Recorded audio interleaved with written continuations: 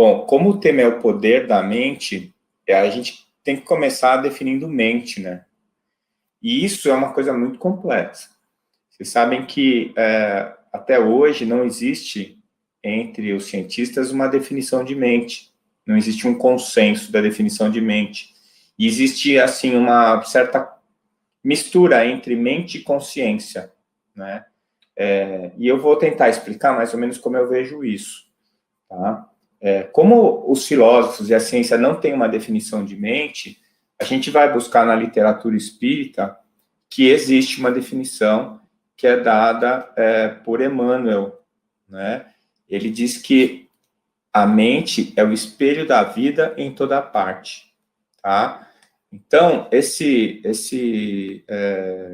definição do Emmanuel, ela é muito significativa para mim. Por quê? O que é o espelho da vida em toda parte? Bom, vida é outra coisa que a ciência não define. Olha que interessante.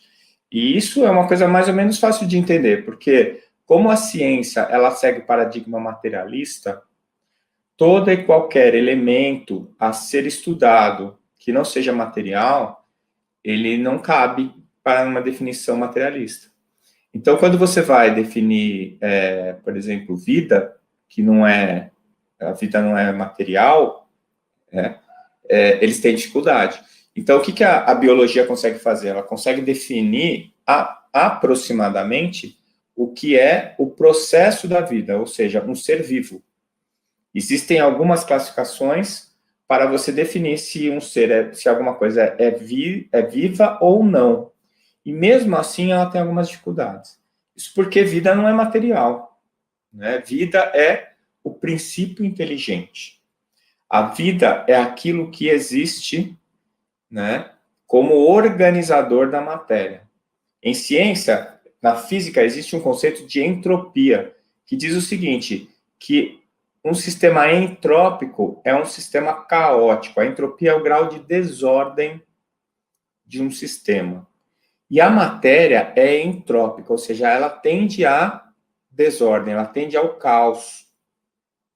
E quando ela se organiza, é porque existe alguma coisa anentrópica. Existe algum fator que a organiza. Este fator é uma inteligência. É algo que é organizado, que tem lógica, que tem racionalidade. Então, a doutora Aline Margulis, que é uma bióloga já desencarnada, escreveu um livro fantástico chamado O que é Vida. Em um determinado ponto do livro, ela fala assim que vida são ilhas de ordem num oceano de caos.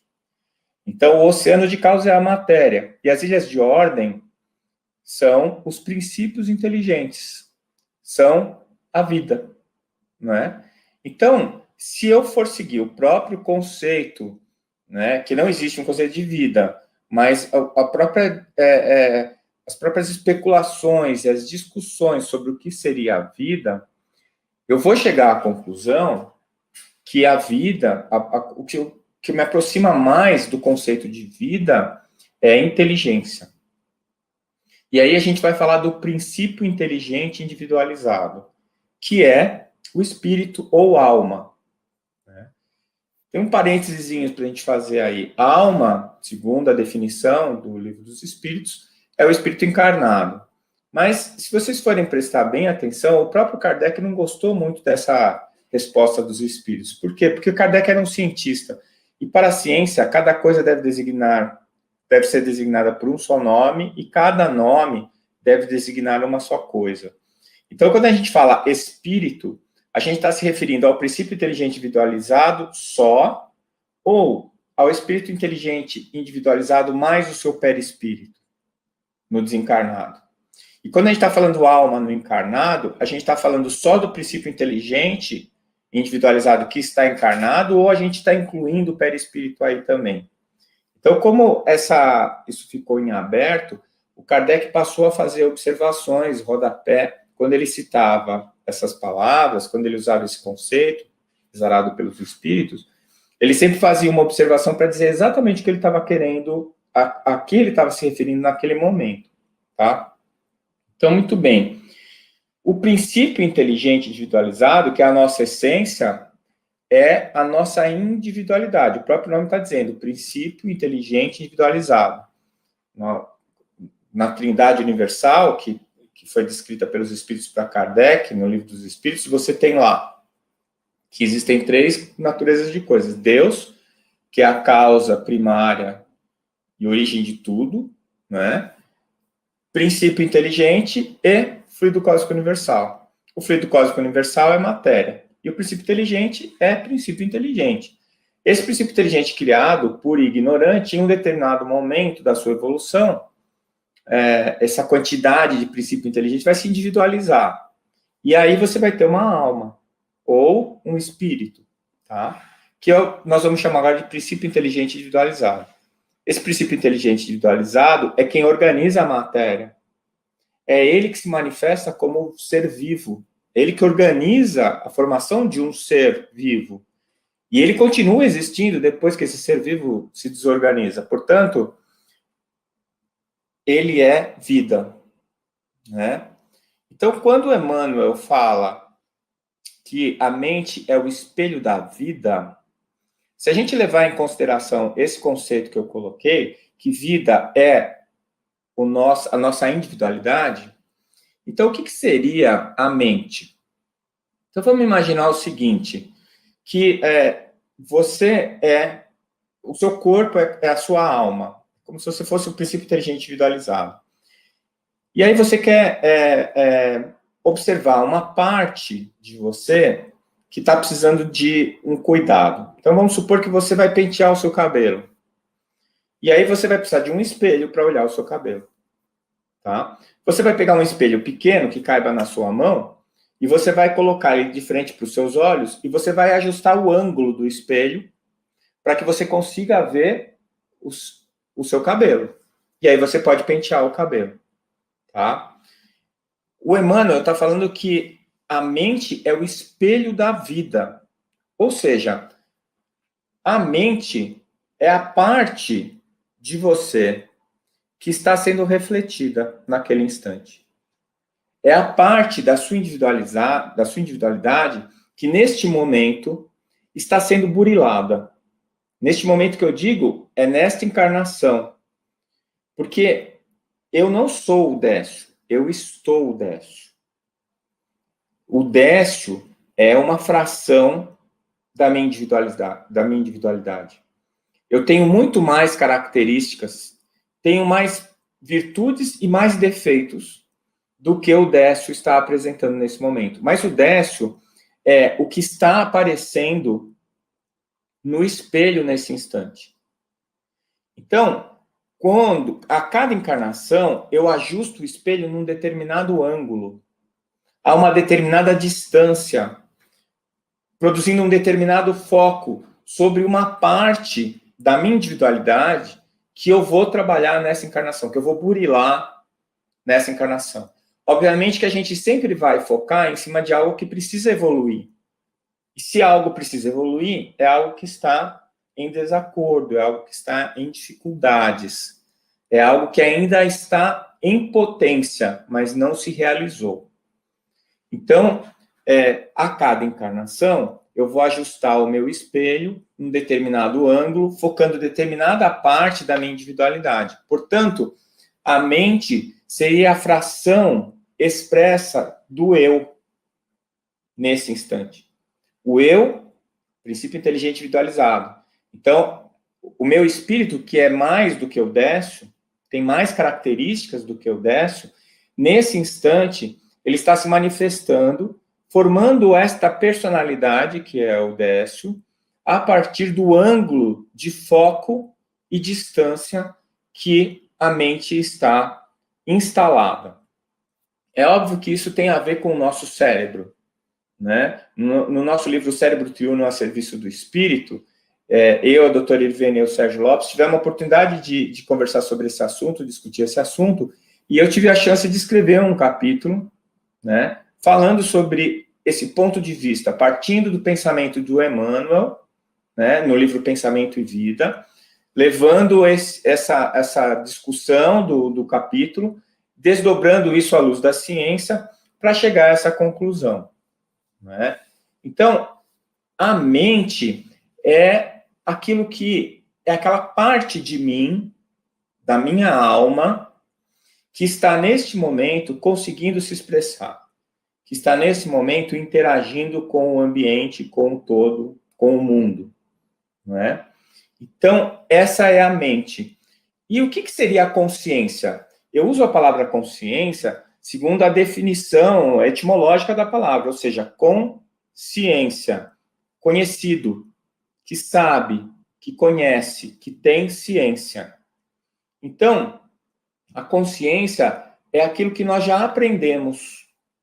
São aquelas leis divinas que nós já entendemos, que nós já conhecemos.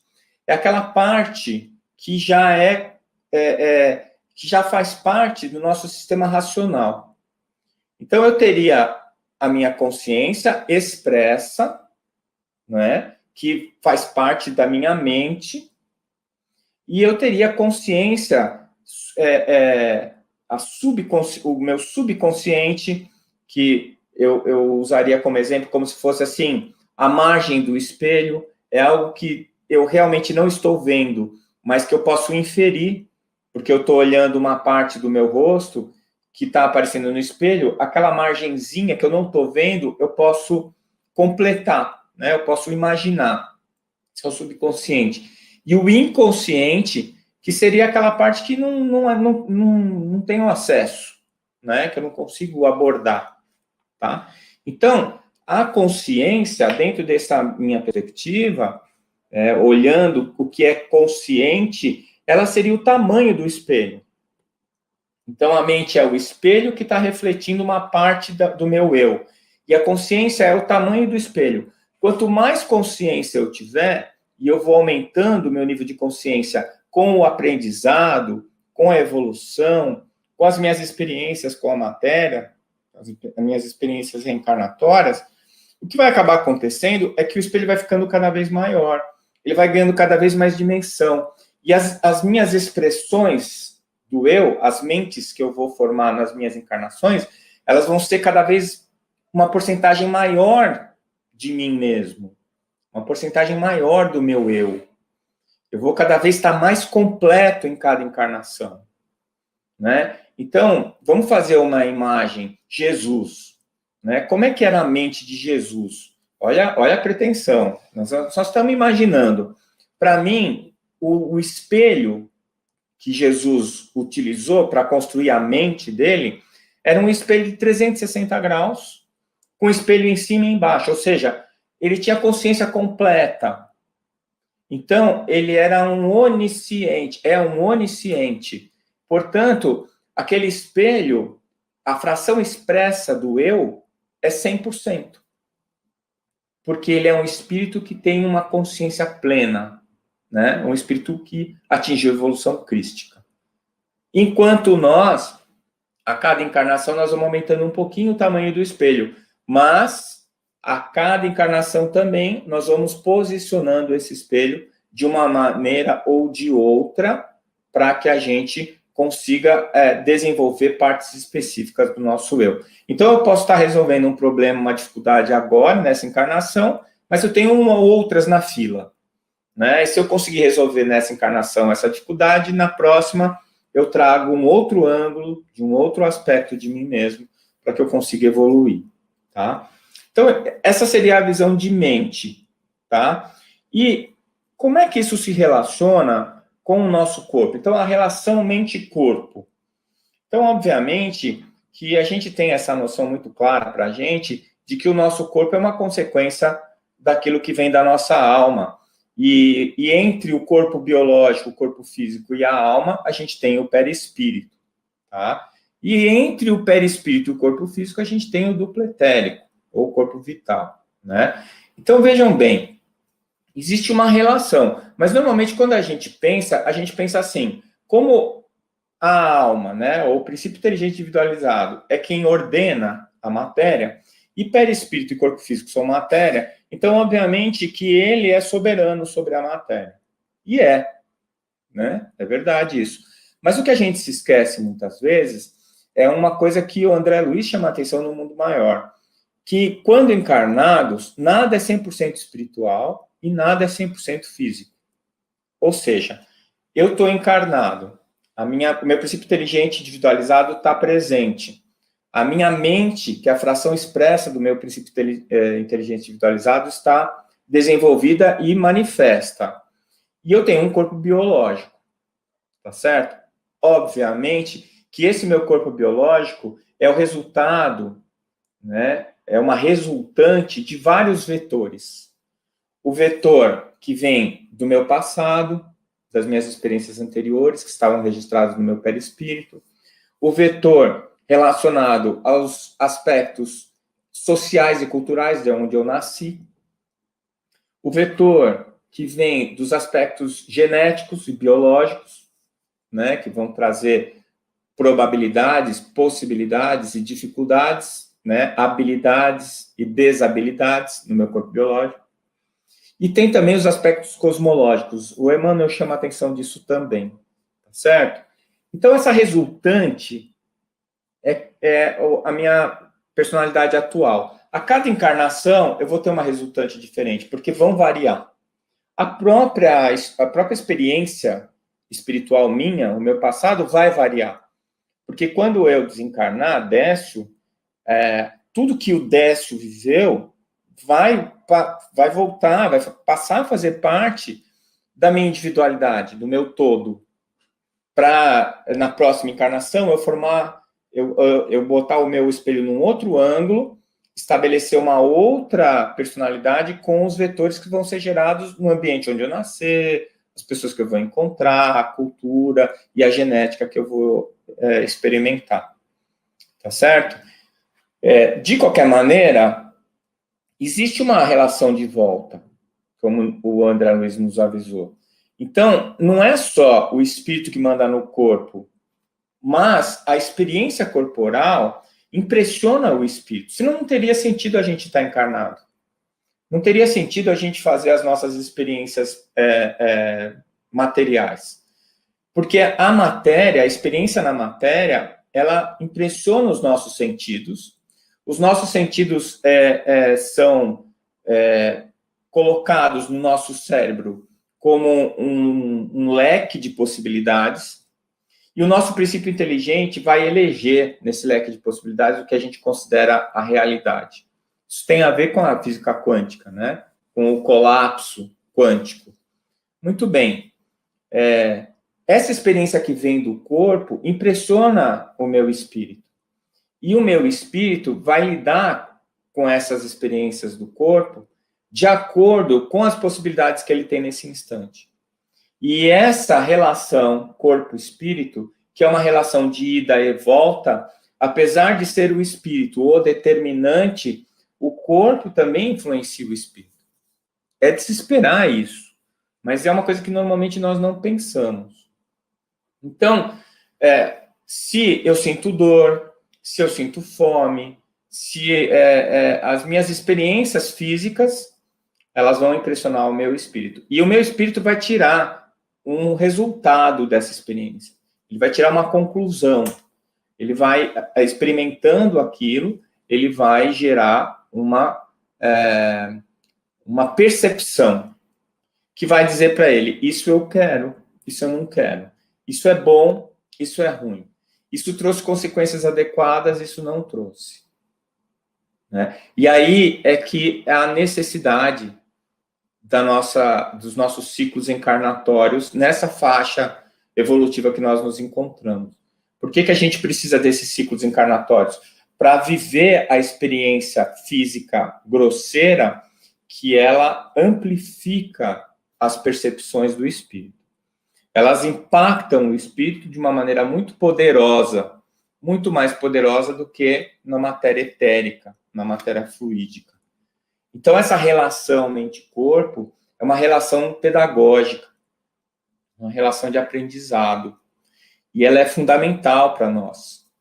Quando nós ultrapassarmos determinado limite de consciência, quando o nosso espelho já estiver grande o suficiente, a gente não precisa mais da encarnação. Voltando a Jesus, Jesus precisava encarnar? Claro que não. Ele era um ser de onisciência, era um ser de consciência completa, que conhecia todas as leis. Pelo menos a gente imagina isso, né? E aí, o que acontece? Por que ele encarnou? Porque ele tinha uma tarefa. Ele tinha uma tarefa para realizar, né? É a mesma coisa um trabalhador, um mergulhador que vai mergulhar tantos metros de profundidade para consertar uma peça lá de uma operadora de petróleo lá, que está no fundo do mar. Ele vai para um ambiente absolutamente inóspito para ele, inadequado para ele, ele vai usar uma série de tecnologias para poder se adaptar e continuar ativo naquele ambiente para ele poder fazer aquela tarefa. É mais ou menos o que Jesus fez. Ele desceu nas profundezas, né, da matéria para nos exemplificar o amor incondicional, né, esperando que nós aprendêssemos com o exemplo dele. E eu acho que nós aprendemos muita coisa, faz mais de 2000 anos, né, nós ainda estamos num processo, mas se a gente pensar em termos de eternidade, 2000 anos não é nada, né? São 2 segundos. Então, nós estamos nesse processo.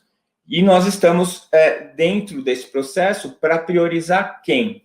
O que é que vai acontecer quando a gente atingir um estado crístico como Jesus? Nós vamos ficar independentes da matéria. Nós vamos chegar ao ponto de não precisar da matéria. Vamos continuar indivíduos. Vamos continuar princípios inteligentes individualizados, mas não circunscritos pelo perispírito como matéria, mas circunscritos por um campo informacional que é o corpo mental, segundo as orientações e as explicações do André Luiz. Então, nós não vamos perder a nossa individualidade quando nós atingirmos os ambientes crísticos. Continuaremos como espíritos individualizados. Só que sem matéria, porque não vai haver matéria no mundo onde nós estaremos. Quando Jesus, que habita esses mundos, desceu para encarnar, ele foi vindo camada por camada, imagino eu, né? E aglomerando matéria ao redor do seu corpo mental e formando um perispírito. O suficiente para que ele pudesse encarnar e interagir conosco aqui no plano físico. Tá? Então, essa relação mente-corpo, ela é importante a gente entender que a experiência física nos impressiona porque somos seres em evolução, tá? A partir do momento que nós não precisarmos mais disso, nós não vamos mais encarnar. Mas isso me traz um questionamento que é o seguinte: eu estou aqui encarnado, não é? Eu estou experimentando a vida na matéria grosseira, na luz coagulada, na dimensão da luz coagulada. Eu estou aqui sentindo dor, eu estou aqui sentindo fome, não é? Que é uma experiência desagradável. É uma experiência dolorosa. Apesar da gente ter medo da morte, né? O nosso mundo não é aqui. O nosso mundo real, nossa existência natural não é nessa dimensão grosseira física. Mas nós precisamos dela nesse momento, desses ciclos, tá? Então, eu estou passando por essa experiência dolorosa com o objetivo de aprendizado, um objetivo pedagógico, como eu já disse. Tá, mas e aí? Enquanto eu estou aqui, o que eu vou... o que vai ocupar a minha atenção? Basicamente, vai ocupar a minha atenção a minha necessidade de continuar vivo. E isso tem a ver com toda a evolução biológica da vida no planeta Terra. Tem a ver com instintos, tem a ver com mecanismos celulares, de automatismos celulares, tem a ver com uma série de programações biológicas que vêm desde os primeiros arranjos moleculares, quando deitou sobre o mar no planeta Terra já pronto geograficamente, geologicamente, deitou a mônada, que foi dar origem às primeiras formas de vida aqui no planeta, como explica o Emmanuel em A Caminho da Luz. Então, o que acontece? Essas experiências, não é, geraram, nas formas de vida do planeta, essa necessidade premente de continuar vivo. É um instinto de preservação, que é observado em qualquer ser vivo. Até uma célula, uma célula primitiva, né, que vai lá se aproximando para fagocitar uma partícula de alimento, né, se ela percebe que aquela partícula é nociva, é tóxica, ela se afasta daquela partícula, né? Uma ameba, quando ela se aproxima para fazer a fagocitose, para comer uma partícula de alimento, se ela percebe que aquilo é tóxico, ela se afasta. Isso já faz parte do seu sistema de preservação da vida. Então, isso também acontece com os animais mais complexos, isso acontece com todos os animais que a gente conhece no planeta, inclusive nós. Porque apesar de nós sermos espíritos sominais, nós habitamos corpos animais. Os nossos corpos biológicos, eles seguem as mesmas regras de todos os outros corpos, de todas as outras formas de vida do planeta. Não é? A nossa biologia, a nossa bioquímica, a nossa biofísica, a nossa fisiologia é toda baseada nas mesmas leis e nos mesmos princípios, que são os princípios estabelecidos no planeta, pelos organizadores, os construtores, os arquitetos e engenheiros do planeta, que construíram esse ambiente junto com Jesus. Né? Então, dentro dessa perspectiva, eu vou ter, antes de mais nada, essa necessidade de permanecer vivo. E enquanto a minha vida me oferecer dificuldades para sobreviver, o propósito da minha existência terrena é continuar vivo. Eu não sei se vocês estão entendendo o que eu estou querendo dizer. Quando eu estou aqui e eu estou passando fome, a minha luta, o meu propósito é me alimentar para continuar vivo. Se eu estou passando sede, o meu propósito é buscar água. Nada vem antes disso. Eu vou correr atrás para continuar vivo. Depois a gente passa por uma outra hierarquia. Se eu tenho alimento, se eu tenho água, se eu tenho abrigo, eu passo para um segundo degrau dessa hierarquia, que é permanecer, perpetuar a minha espécie. Até porque isso também tem a ver com a permanência da vida, da minha vida. Porque se eu desencarno e a minha espécie entra em extinção, como é que eu vou reencarnar? Acaba. Eu não consigo mais reencarnar. O meu processo evolutivo no planeta vai ser interrompido. Como foi interrompido em várias das espécies que entraram em extinção aqui no planeta. Tá certo? Então, o segundo degrau desse processo de autopreservação é a reprodução. E a gente mantém isso até hoje. Tá? Mas, de repente, o que acontece? Acontece que nós estamos num planeta civilizado, pelo menos teoricamente, não é? Um planeta em que as pessoas se respeitam e um planeta onde as pessoas se auxiliam. É claro que eu não estou sendo ingênuo, mas a gente tem que parar para pensar. Os governos, eles têm essa característica de cuidar de todos, não é? Mesmo que nem sempre os governantes pensem assim, mas os governos, eles existem para isso. Então, o que acontece?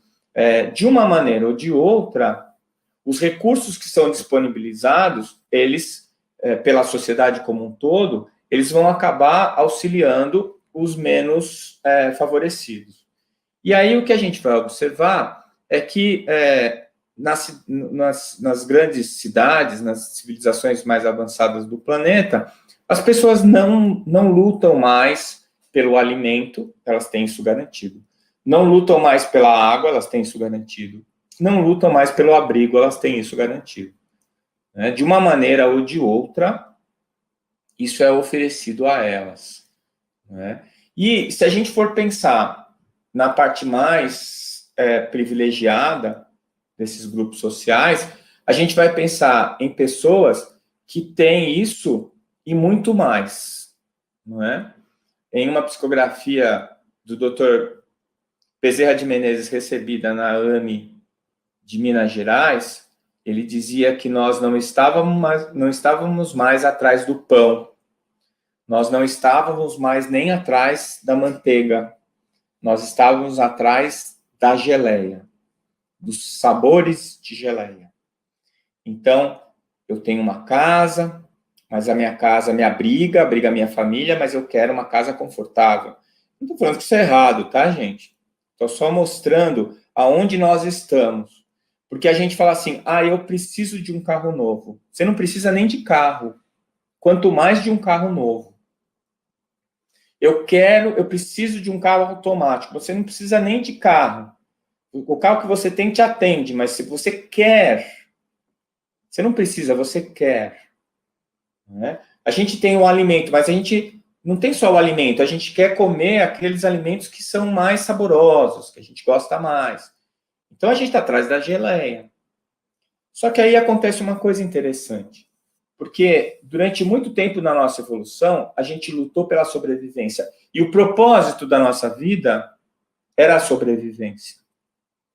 Só que agora nós não precisamos mais lutar para sobreviver, nós temos garantidas as nossas necessidades.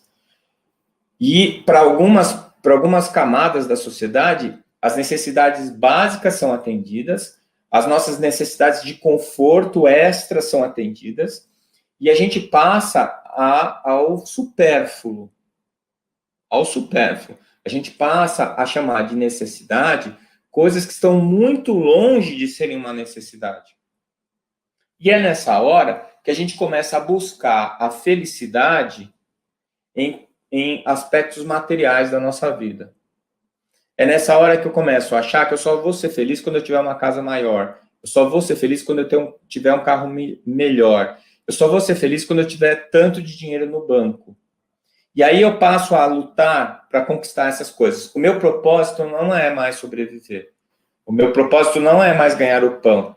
O meu propósito agora é ganhar a geleia. E eu passo a minha vida trabalhando e depositando as minhas energias e o meu tempo para angariar recursos materiais. E eu coloco em segundo plano os meus recursos espirituais. E a minha mente está ocupada o tempo todo com esse trabalho de acumular bens materiais. E cada vez que eu conquisto um desses bens, eu comprei a casa maior, eu fico alegre. E eu acho que eu estou feliz, mas eu não estou. Eu estou só alegre. A alegria é fugaz, ela passa. E aí, a hora que eu me acostumo com a casa nova, eu começo a pensar, puxa, eu já não estou mais tão alegre. Eu não me sinto mais tão completo. Será que eu preciso de uma casa maior? Entende? Aí eu vou buscar a casa maior. Aí eu compro uma casa maior, me sinto alegre por um período menor de tempo do que eu fiquei quando eu conquistei minha primeira casa. Aí eu acho que eu preciso de uma maior ainda. E assim vai. Aí tem dois caminhos. Ou aquela pessoa que continua fazendo isso a vida inteira e ela não se preocupa com nada além de ganhar e acumular recursos materiais. E cada vez ela precisa de mais recursos materiais, porque aquilo passa a satisfazer ela cada vez por menos tempo, cada vez é mais rápido o tempo que ela fica satisfeita com aquilo que ela conquistou. Né? Ou aquelas pessoas que, num determinado momento, percebem que aquilo lá não vai trazer nada para elas. É aquela pessoa que ela já percebeu que não adianta trocar de carro, não adianta trocar de casa, não adianta fazer nada. Não adianta ganhar mais dinheiro do que ela já tem. Ela não consegue ser feliz. E aquela alegria que ela conquistava a cada... que ela tinha a cada conquista, foi ficando cada vez menor. E tem ainda uma parcela da população que está numa situação mais difícil ainda, que é aqueles que já nasceram em um ambiente em que eles têm tudo o que eles precisam, mais o conforto, mais o supérfluo. E essas almas, que são almas que são mais recentemente encarnadas, são almas que já têm a percepção de que a matéria não é a resposta para a conquista da felicidade. E aí, o que é o propósito da vida para essas pessoas? Qual que é o propósito da vida para essas pessoas? Qual que é o motivo, o sentido de estar vivo para essas pessoas? Essa mesma sociedade que deu o abrigo, que deu a comida, que deu a possibilidade do conforto, que deu a possibilidade do supérfluo, essa mesma sociedade, ela tirou o espírito. Ela tirou de nós a espiritualidade. De nós, que eu digo como sociedade.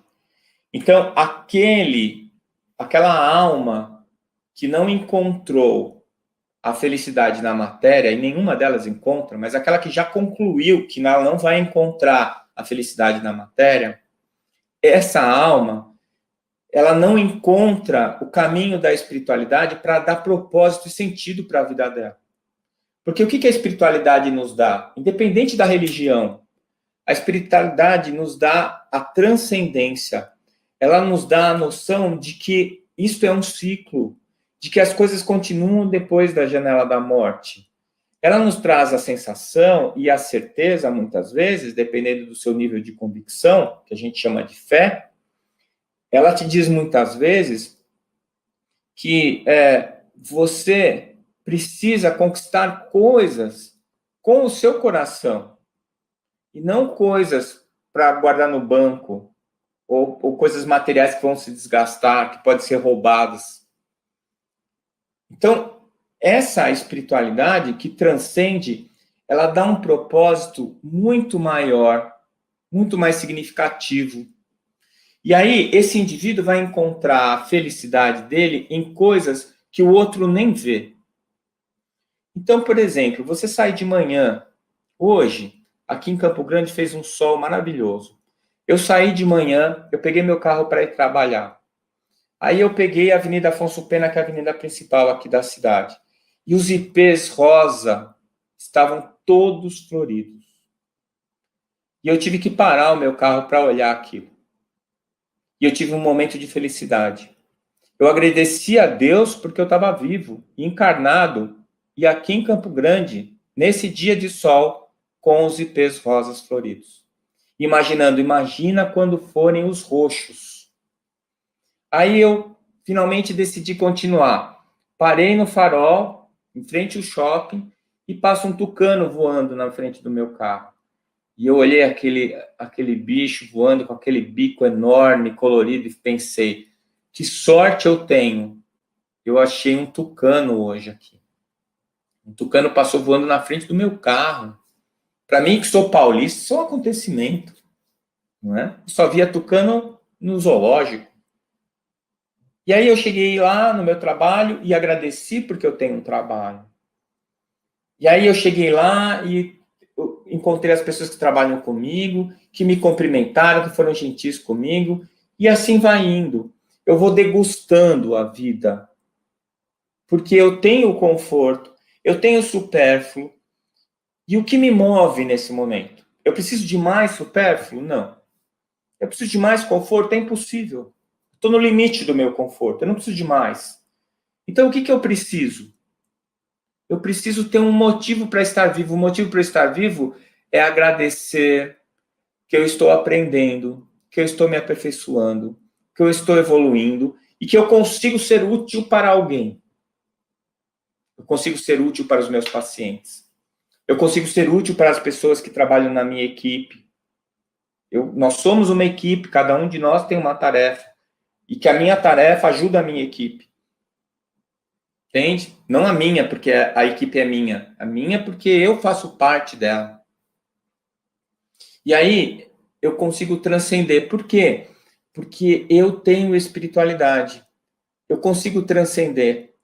Eu percebo que um dia a casa que eu moro não vai mais ser útil para mim. Um dia o carro que eu dirijo não vou mais precisar dirigir. E não preciso nem morrer para isso, né? É só eu ficar senil o suficiente para não enxergar direito, para não ter coordenação motora direito, e vou ter que pedir para alguém me levar, ou vou ter que pegar um transporte, um Uber, um ônibus, sei lá o quê.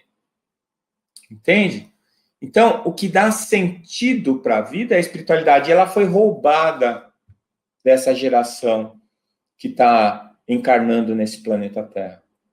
E aí, o que acontece? As vicissitudes de estar encarnado, as dores que a matéria provoca, elas ficam insuportáveis. Porque, como disse Viktor Frankl, para o ser humano, quando existe um porquê, ele aceita qualquer como.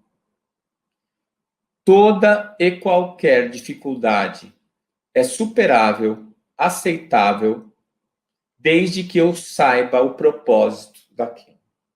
Desde que eu saiba para quê, por quê. eu estou passando por aquilo. Viktor Frankl, para quem não sabe, é aquele psicólogo que viveu dentro de um campo de concentração nazista no Holocausto.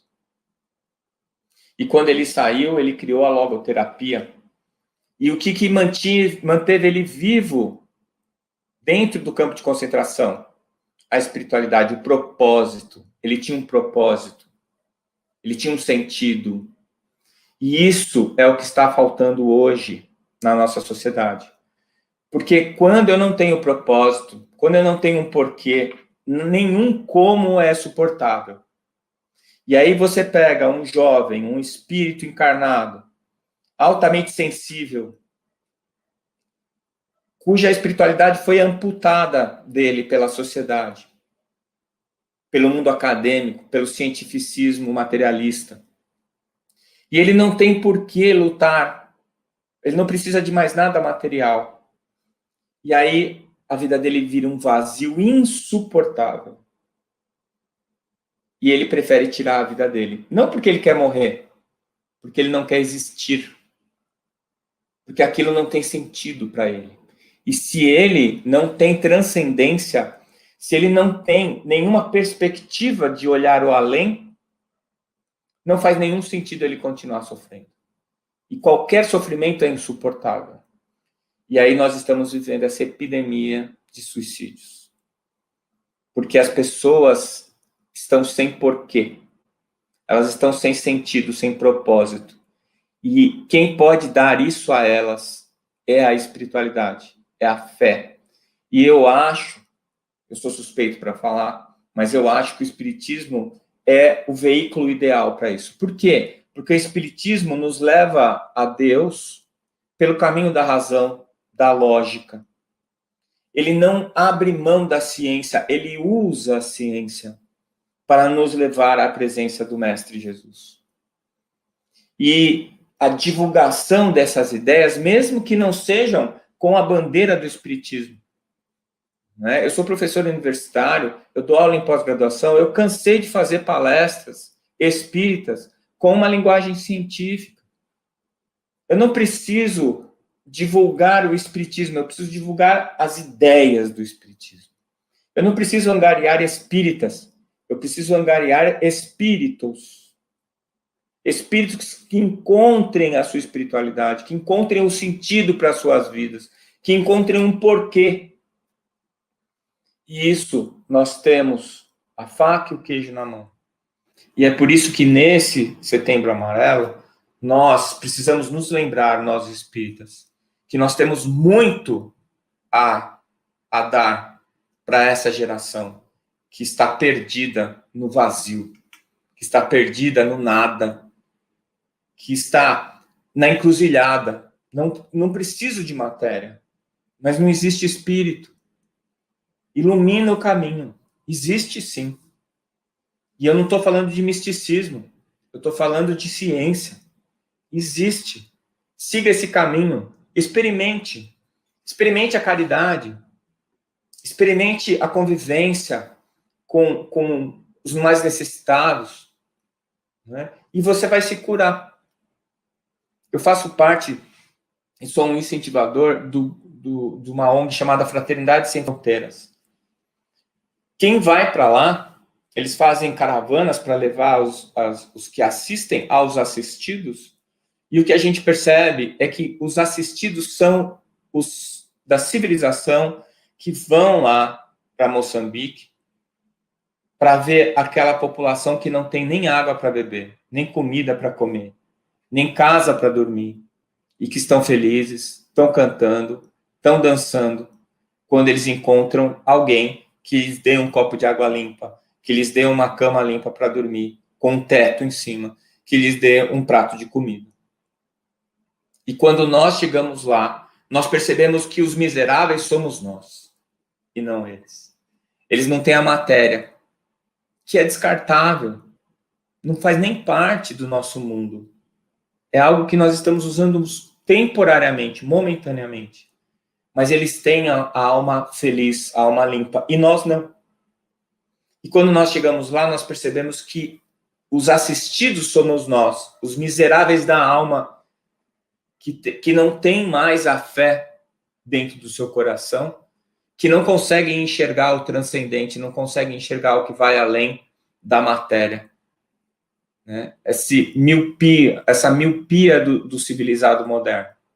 Então é a hora de nós terminarmos este ciclo materialista e começarmos um novo paradigma, que tem sido chamado na ciência não de paradigma espiritualista, tem sido chamado de paradigma pós-materialista. Né? Para não se criar os anticorpos da palavra espírito, espiritual, que está muito ligada à religião. Religião são grupos de pessoas, grupos sociais. Eles professam a espiritualidade, mas nem sempre de maneira eficaz. Mas ser espiritualizado, sim, é sempre eficaz. E é assim que nós devemos usar os nossos conhecimentos dentro da doutrina espírita para demonstrar, através do exemplo, e para auxiliar, através do amparo, aqueles que estão encontrando esse vazio nas suas almas. As pessoas, quando elas se matam, elas não se matam porque elas querem, elas se matam porque elas não têm opção. Nós devemos oferecer uma opção. Jogar a boia para aquele que está se afogando. Auxiliá-lo. Dar uma esperança. Mostrar um caminho. E nós temos muitos recursos para isso dentro do Espiritismo. Muito bem, gente. Eu acho que é isso. É o que eu tinha para trazer para vocês. Eu espero que tenha sido útil. Né?